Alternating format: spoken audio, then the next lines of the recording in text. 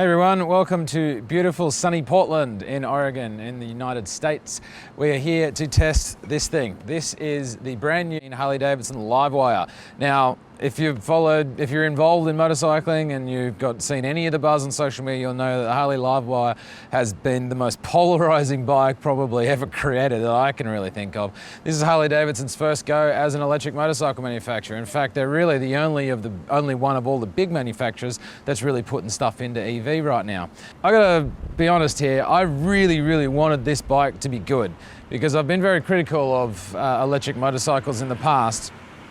And I feel like it's a market that's ridiculously underserved by the major motorcycle manufacturers. I mean, guys like Zero, and that Zero's been the only one that's consistently pumped out EVs now, and obviously they're only an electric vehicle manufacturer. But Harley is the first manufacturer of, you know, Honda, Yamaha, Suzuki, Kawasaki, at that kind of level, that's actually gone out and bought in a production electric motorcycle.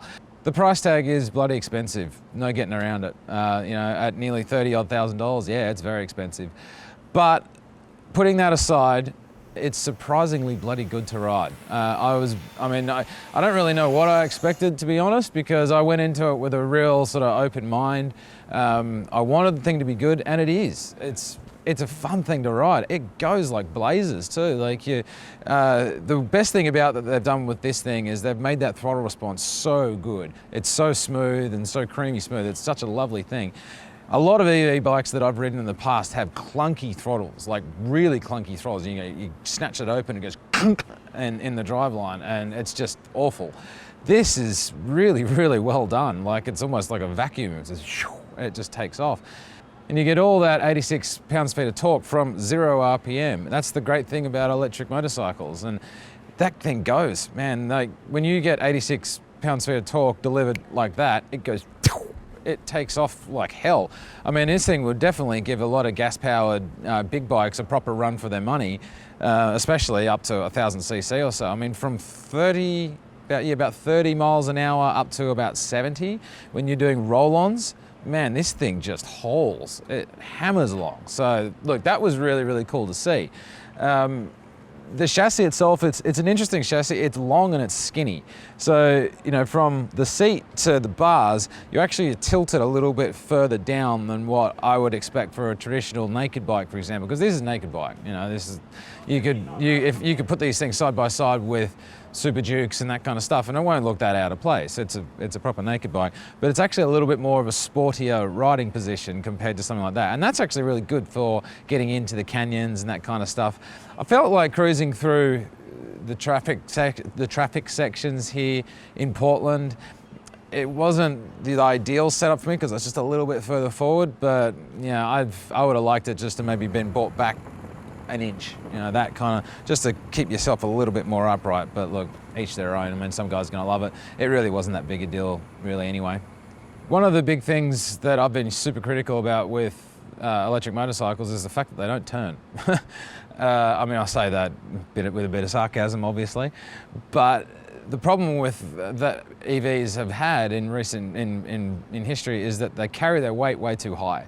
So the center of gravity is well and truly off. I always likened it on some bikes, some electric bikes, to sort of pushing a heavy box over. You know, like it takes, and then it falls into the corner. And that's because the weight's in the wrong position. Harley's spent much of the development time with this thing to try and get that nice low center of gravity that traditional motorcyclists are going to really enjoy. And I think it worked out really well. I mean, the thing is pretty heavy. It's 549 pounds claimed. So, you know, it's no featherweight. It's a bit lighter than some of the other Harleys that are out there, that's for sure. But yeah, it's definitely no featherweight. So it needs to carry its weight in the right position to be able to attack corners and really get into what the suspension's capable as well. It has good suspension and, you know, has good shower front and rear suspension, fully adjustable. So it needs that right weight balance to make sure the thing will carve in nicely and hold its line well. And look, it does it really well. It's surprising. I mean, that's kind of the thing with this bike, is it's just surprising. I was hoping it was going to be good. I was surprised at how good it really was. The brakes on this thing are really super powerful. They don't have a lot of feel though. They've kind of got a bit of a wooden feel when you first pull the lever in, but the power is definitely there. Like and when you combine that with the regen as well, which is another thing, when you combine that with the regen, that thing stops super quick. So anyway, onto the electronics. Now, look, this thing's, it's an electric bike, so electronics permeate every being of the workings of this motorcycle. Now you can get into, you have 3 standard modes, and then you have 3 modes that are programmable as well. So that allows you to get in there, change your regen, your traction control. So you can actually have it's a 3-stage traction control system. You have a low, medium or high setup. In some of the other modes, like say your rain mode, for example, you cannot change your traction control. You get what you're given.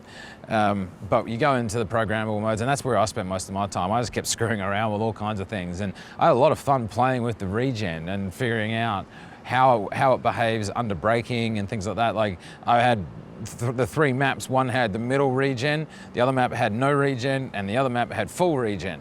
So you got the full gamut of how it works. And I ended up right in the middle because you run it at full regen and it's like throwing a bloody boat anchor out. The thing goes zoom into a corner.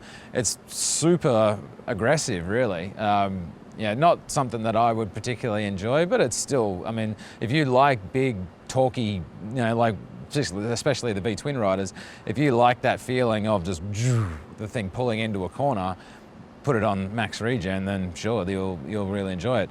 But yeah, it's got traction control, it's got ABS, it's got a IMU. So it's got cornering ABS, it's got adjustable traction control, it's got drag torque slip, which is effectively like a slipper clutch for this thing, even though it has no gearbox.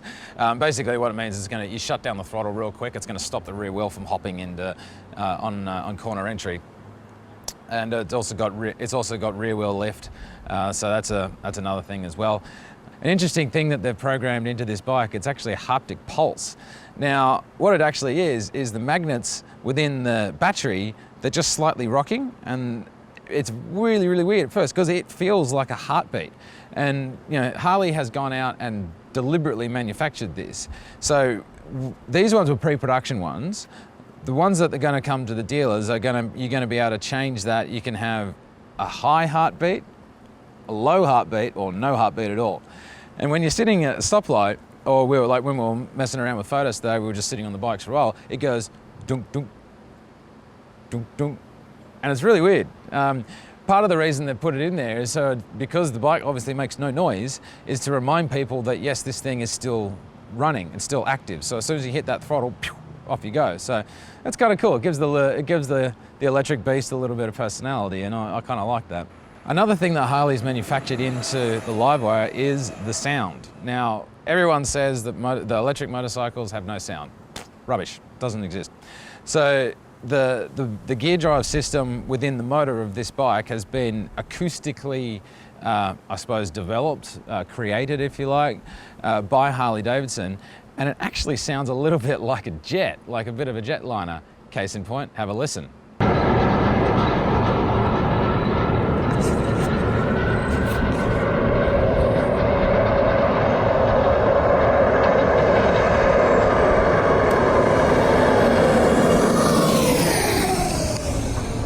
Charging points are going to be a huge thing with this bike.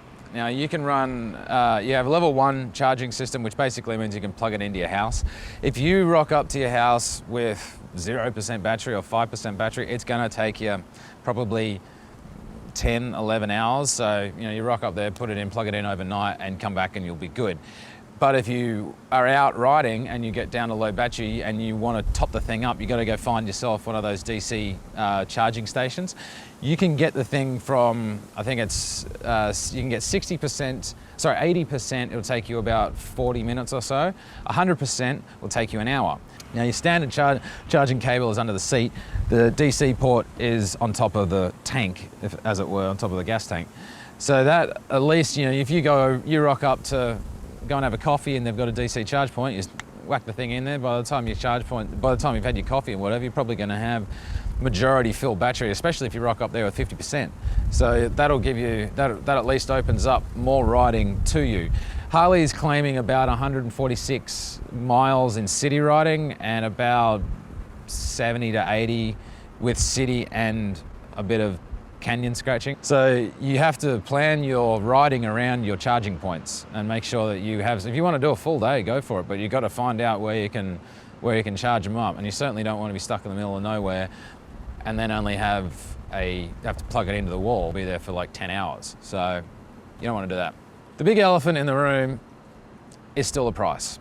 At $29,000, nearly $30,000, it is a very, very good bike, no doubt. Like Harley-Davidson has done a very, very, very good job with this bike.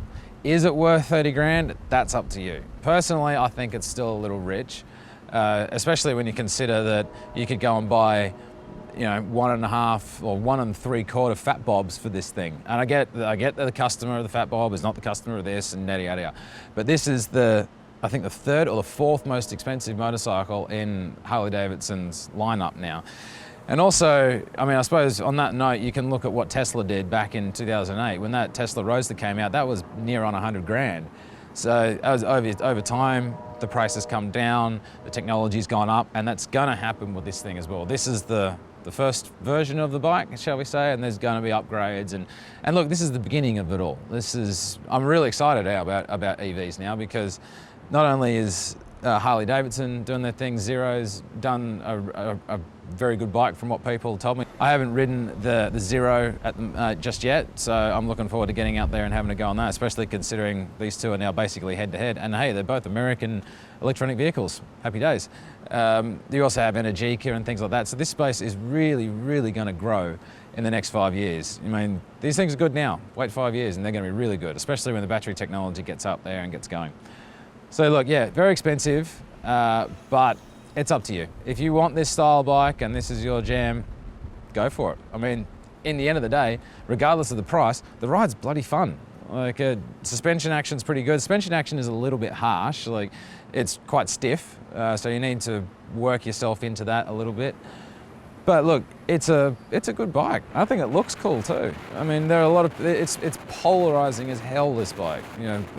The most traditional motorcycle manufacturer in the world is now leading the way in terms of electronic vehicles. Electronic motorcycles, who would have thought? But yeah, I was really surprised. And if you're after an electronic bike, this is a great thing. It's a really, really cool bike. And price point or not, I was pretty stoked with this ride. It's a good thing.